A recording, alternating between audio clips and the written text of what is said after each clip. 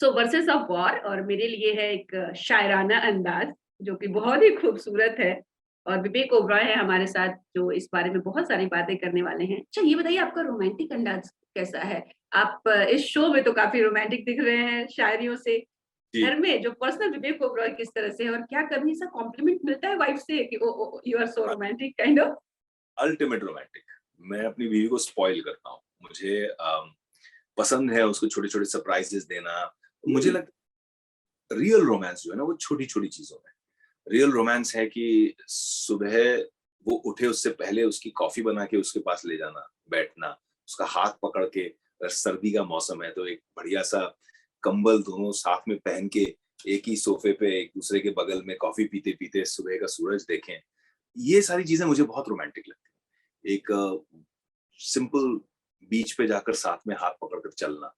हुँ, ये सारी जो लिटिल थिंग्स हैं, ये मुझे बहुत रोमांटिक लगती हैं और मैं इन्हीं छोटी-छोटी चीज़ों से बयाँ करता हूँ अपना प्यार।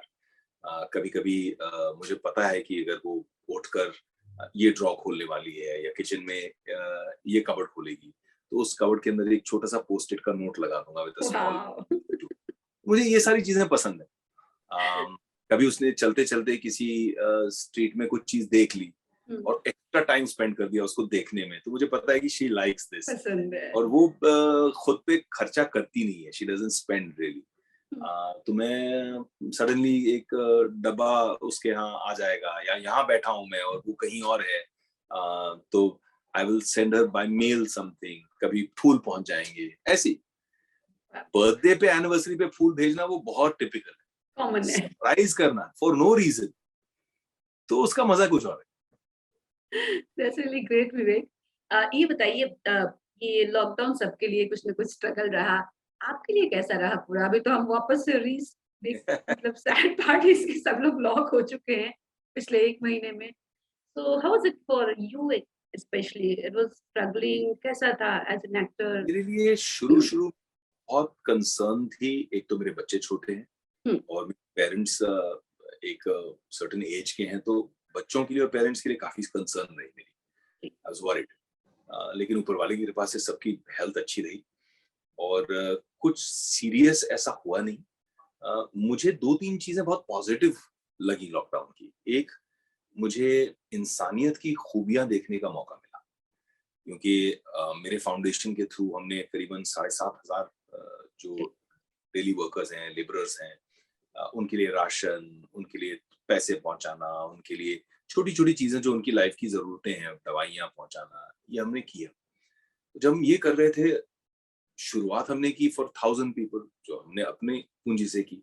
लेकिन जब 7,500 लोगों के लिए महीनों तक मेंटेन करना पड़ा, तो हुँ, बहुत सारे लोग जब सुने कि विवेक ऐसे कर रहे हैं, तो जुड़ने लग गए। हमने प्रचार तो किया नहीं कहीं, लेकिन जी, जुड़ने लग गए लोग, बोलने लगे, "मैं भी करना चाहता हूँ, मैं भी जुड़ना चाहता हूँ।"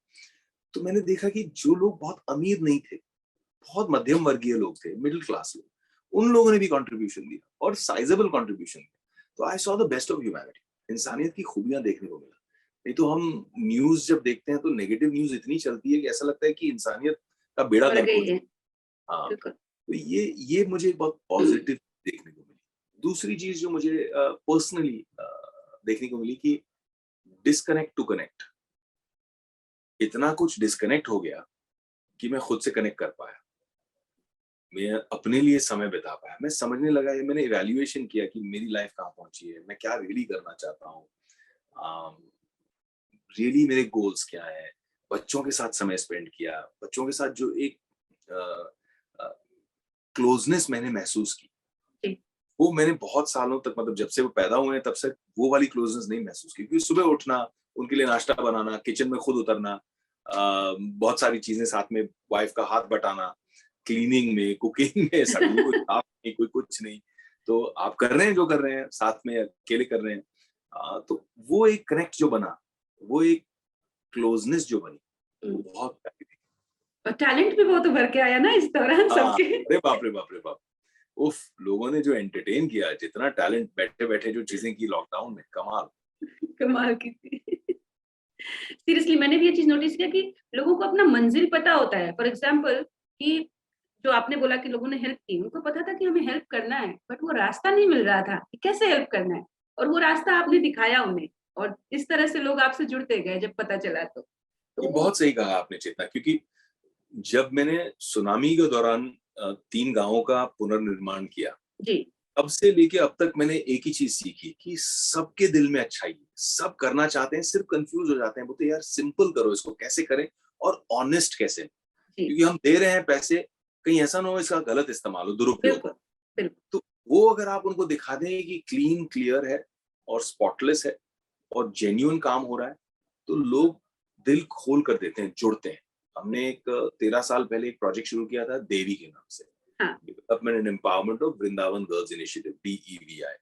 और उस प्रोजेक्ट में शुरुआत हमने की थी 32-33 बच्चियों को जिनको हमने रेस्क्यू किया था चाइल्ड प्रोस्टिट्यूशन, फोर्स्ड हुँ, labour, physical abuse, sexual abuse से हमने रेस्क्यू किया था। वहां से जो शुरू हुआ वो प्रोजेक्ट 13 साल पहले, आज 3 स्कूल बन गए, चौथा बनने जा रहा है। आज करीबन 2,500 से 3,000 बच्चियां free food, free health care, free education पा रही हैं, कंप्यूटर सीख रही हैं, मार्शल आर्ट सीख रही हैं, इंडियन सिंगिंग, क्लासिकल डांसिंग सब सीख रही हैं। जी, जो एक प्रॉपर महंगा प्राइवेट स्कूल दे, वो बिल्कुल निशुल्क ये सारी चीजों को प्राप्त कर रही है, क्योंकि हमने पहल रखी। लेकिन आप जैसे कई लोग सामने आए, कहा कि मैं एक लड़की को अडॉप्ट करना चाहती हूँ, मैं एक हाँ, लड़की को हाँ, एजुकेशन, और हमने उसको सिंप्लीफाई कर दिया। हमने कहा यार it is price of 1 coffee a day, मतलब आप 70-75 रुपए, 100 रुपए कॉफी पे खर्चा कर दे, तो ये 100 रुपए में आपने उसको एजुकेशन भी दे दिया, हेल्थ केयर भी दे दी, उसकी न्यूट्रिशन भी दे दिया। तो मैल नरिश बच्चों का ट्रांजिशन देखा, ट्रांसफॉर्मेशन देखा। उसमें जब फोर्ब्स आए magazine, and then they did a research on it, फिर उन्होंने मुझे खिताब दिया top 40 philanthropist in the world का। तो फिर उससे बहुत सारे लोग कॉर्पोरेट वाले कॉल जुड़ करने लगे, के, एक एक से फिर 10-10, 20-20, 50-50 बच्चों को अडॉप्ट करने वाले या सपोर्ट करने वाले, स्पॉन्सर करने वाले लोग मिल गए। और देखते ही देखते 12-14 हजार बच्चियों का पिछले 13 इयर्स में एक अलग ही उद्धार हो गया। तो हम एक निमित्त मात्र हैं, एक माध्यम है, काम तो सब वो करता है, ऊपर वाले का काम।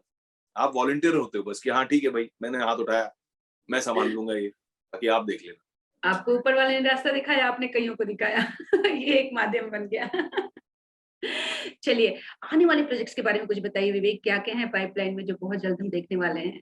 हुँ, अभी मैं एक एक्शन सीरीज शूट कर रहा हूँ जिसका नाम है धारावी बैंक। हुँ, बहुत इंटरेस्टिंग स्क्रिप्ट है। इसमें मैं मेन लीड प्ले कर रहा हूँ और साथ में टीम बहुत अच्छी है। विलेन के रोल में हमारे अन्ना है, सुनील शेट्टी साहब। उनके साथ काम करने में बड़ा मजा आ रहा है। सोनाली कुलकर्णी है। बहुत सारे अच्छे एक्टर्स हैं इसमें। जी, थिएटर से, ओटीटी से, फिल्म से बहुत सारे लोग जुड़कर इस बढ़िया से शो को बड़े स्केल पे बना रहे हैं हम लोग, जिसके सेट पे मैं इस वक्त हूँ। ओहो! लुक है ये।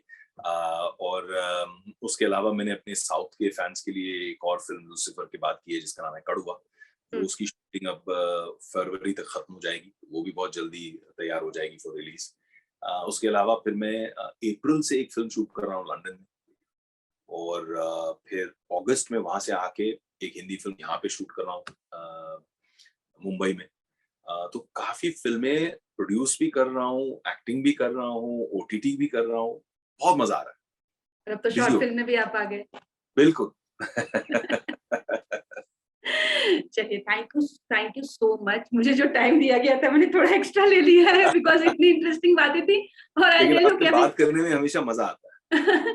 अभी और भी बहुत सारी बातें हो सकती हैं, नॉन स्टॉप हो सकती है लेकिन ऑफ कोर्स आप फिल्म आप देखें, और अगर ईश्वर करे कि ये फिल्म सक्सेसफुल हो तो हम इसकी सक्सेस के बाद आपसे दोबारा इंटरव्यू करेंगे। बिल्कुल, बिल्कुल। हम चाहिए तो इन पर्सन आके इंटरव्यू करेंगे, अच्छा-सा कुछ पिच-विच कर बिल्कुल, देंगे। थैंक यू बिल्कुल। So much. Thank you. मैं आपको थैंक यू। मैसेज करूँगी फ़िल्म देखने के बाद। बिल्कुल, प्लीज थैंक प्लीज यू। जरूर। Thank you. Thank you so much and all the very best. Thank you. Bye bye. Thank take care. You.